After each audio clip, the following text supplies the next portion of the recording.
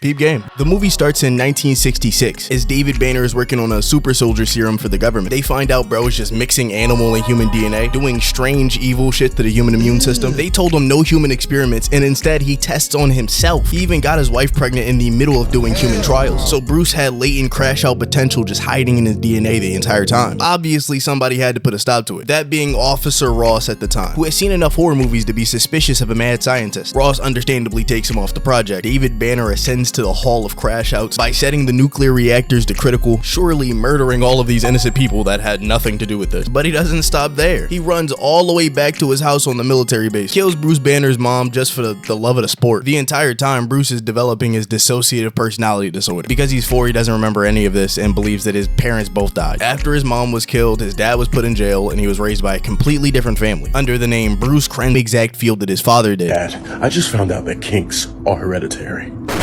Listen, son, I can explain. Transforming these frogs into suicide bombers in attempts to find a regeneration serum. And the thought of trying to regenerate cells via radiation is actually fucking hilarious. This is like trying to cure a cut with cancer. With controlled cancer. Betty Ross has also recently broken up with Bruce. She says it's because he's way too emotionally unavailable, but she's the type to say that when you text type shit back after a trauma dump. You're lucky. My mother died last year after a long illness. You got your GoFundMe money, so shut up! So I don't believe her for one damn second. It's fucking 17 minutes into the movie, and she's already bitching at Bruce for not caring who his parents were. Like, she is mad at him. I don't understand why you don't want to find out about them. They're dead. They died before I could remember anything. And why do you always come back to this? Guess I figure there's more to you than you like to show. Guess there couldn't be any less.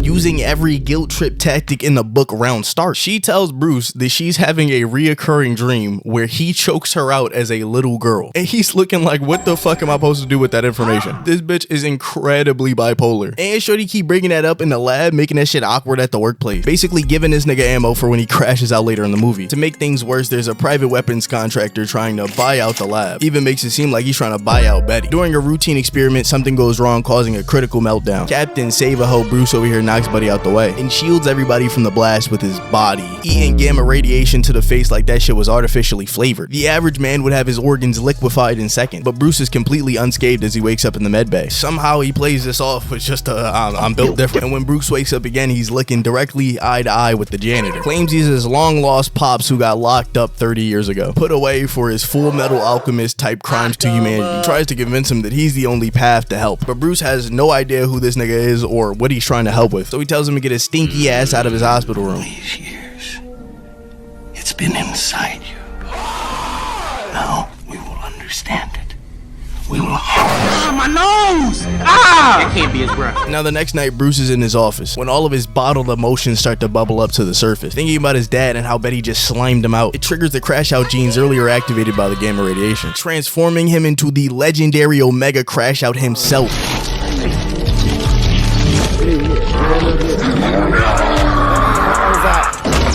I know it's that. I just want to read a shorter. Everybody tell me they read. Take my shirt out like Tupac. Bro, like Michael Bailey.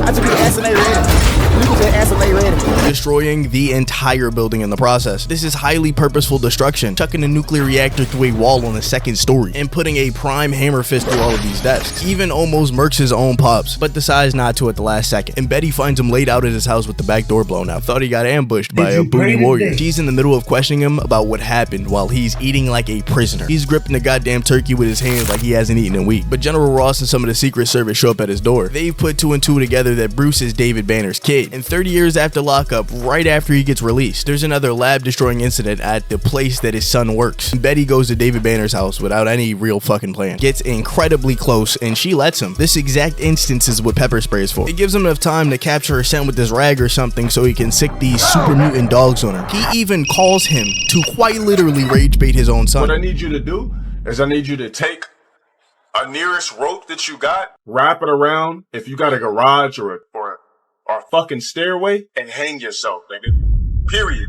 As soon as he tries to rush out the door to go save her, Glenn Talbot stands in his way, a character from Marvel's Agents of S.H.I.E.L.D. I guess that connection is in reference only. He shows up just to run hands. All he wants is a fade. Bruce quickly starts tweaking.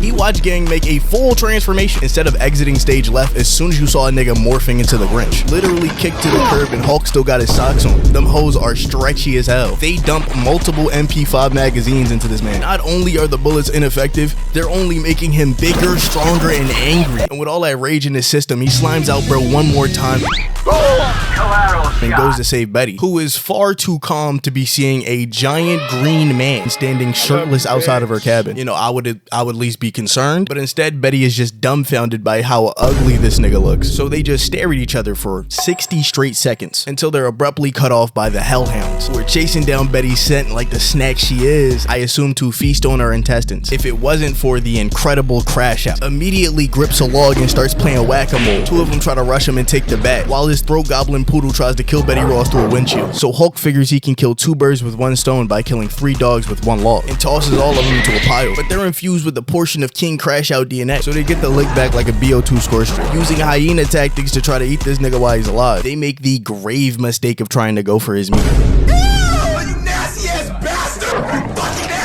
And that's how these mutts genuinely sealed their fate. He gripped the poodle up and smacked the brains out of his bitch. Picked her up for the combo reset and smacked the home run on another one. Purposely and vindictively takes the time out of his day to punch this other dog in the dick. Then expertly weaves this 2-man with a single jump. Brutally folds the first one by putting his arm through its face. Somehow it wasn't dead yet, so he needed a follow-up slam, topped off with a sturdy down smash, turning this dog into organs in the shape of a dog, and turns around and throws the poodle so hard it disintegrates in midair. The last one tries to sneak up on him, thinking that that'll improve its chances, but it got converted into green mist before Betty could even blink. He turns back into Bruce in front of Betty and tries to kill her for some reason. She calls her dad, General Ross, to come get him, so the SWAT team knock on the door and hit him with a horse tranquilizer, taking him back to the same desert military base where it all started. And they damn sure let us know with 14 million transitions, they give you every angle and detail of his transport and location, just to give you some scale when he effortlessly breaks out of this shit. During Bruce's lockup in Supermax, Brian Banner is at his lab, trying to inhale some gamma gas to activate his mutated DNA. Through his radiation exposure, gets the ability to absorb anything he touches. Bro turned himself into Kevin 11. An officer walks in to see this unhoused, poorly washed old man tampering with top secret military nuclear equipment. So he's already thinking about blicking this nigga down while he's mid Zamasu dialogue. But he was not fast enough to the draw. As soon as Brian saw him twitching, he hit him with a slam dunk straight out of Bron's picture book. Slimed that nigga out faster than me if I got superpowers. Around this time, the Quaaludes start to wear off and he wakes up around the military base, with Betty Ross in his face trying to bait whatever emotional reaction she can. She even takes him to the place where his dad OJ Simpsoned his mom, which has Bruce on the edge of a panic attack about opening a door. This level of PTSD is like when Kakashi got put in Tsukiyomi. Bro is making frag victim faces trying to figure out all the repressed memories, just narrowly avoiding a full-scale titanship. But after that, Betty's access to Bruce is restricted, and clearance is handed over to the private contractor. Talbot limps in after his last encounter with Mr. Incredible, having learned nothing from getting hospitalized from a literal monster. His fucking genius plan is to get Bruce to turn into the Hulk and then take a sample. How do you legitimately have negative amounts of survival instinct? Life insurance in the Marvel universe has to state shit like this as attempted suicide, right? Cause stepping in this tight ass room with an enraged Hulk is akin to jumping off a 6-story building. Fuck, you gonna blame gravity? And you know what, while I get a good look at it, Bruce Banner a good like 6'2" in this movie. I find it hard to believe he can't fold this nigga without transforming. Anyway, he came in here begging for smoke with this electric cattle prod, thought that would protect them from the Hulk. Talbot throws him into the Namekian chamber because he refused to turn, so they artificially try to anger him via chemically induced nightmares. Doesn't that sound like a brilliant idea? Giving an unstoppable bulletproof rage beast Vietnam flashbacks, that was these niggas' best idea. Surprising to no one, he unlocks all the repressed memories. Kaiju shifts in the containment pod, cracking that shit open like Wolverine, reporting a 12.5 crash out on the Richter scale. They fill the room with sleeping gas, but a hot Chewie clears that shit up in an instant. Hulk is tearing through walls like paper mache, move around a base like a horror movie villain. And with all of their gathered knowledge so far, they choose to shoot non-lethal rounds.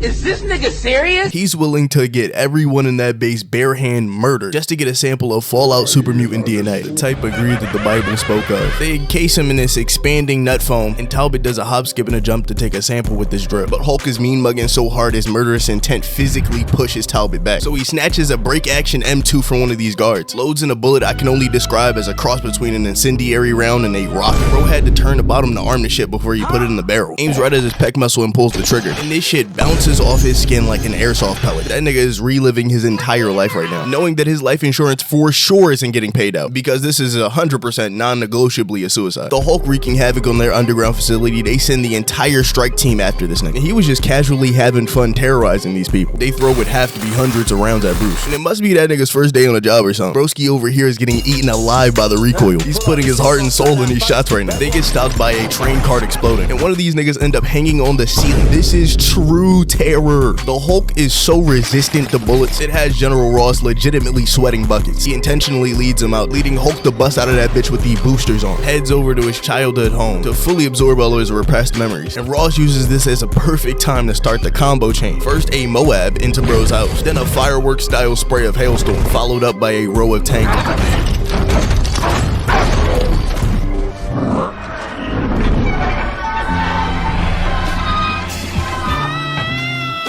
Topped off with a direct missile, which he catches in his bare mitts and then bites a damn chunk out of it. Proceeds to blow up the plane by spitting the explosive part out. After completely embarrassing the military, he heads to Betty Ross's current location, and as soon as he sees Betty Ross and stops moving, we deadass see like a 3-minute scene of everybody and their mother getting in a position. Now as soon as fine shit calms him down, they re-apprehend him. They set up a way to try to cure him, bringing his dad, who willingly turned himself in, to talk to his son one last time before they get put behind bars for life. He sits down expected to have a nice wholesome conversation, but reveals the son he was talking about was the Hulk. The one inside of you. You're nothing but a superficial shell, a husk of flimsy consciousness, ready to be torn off at a moment's notice.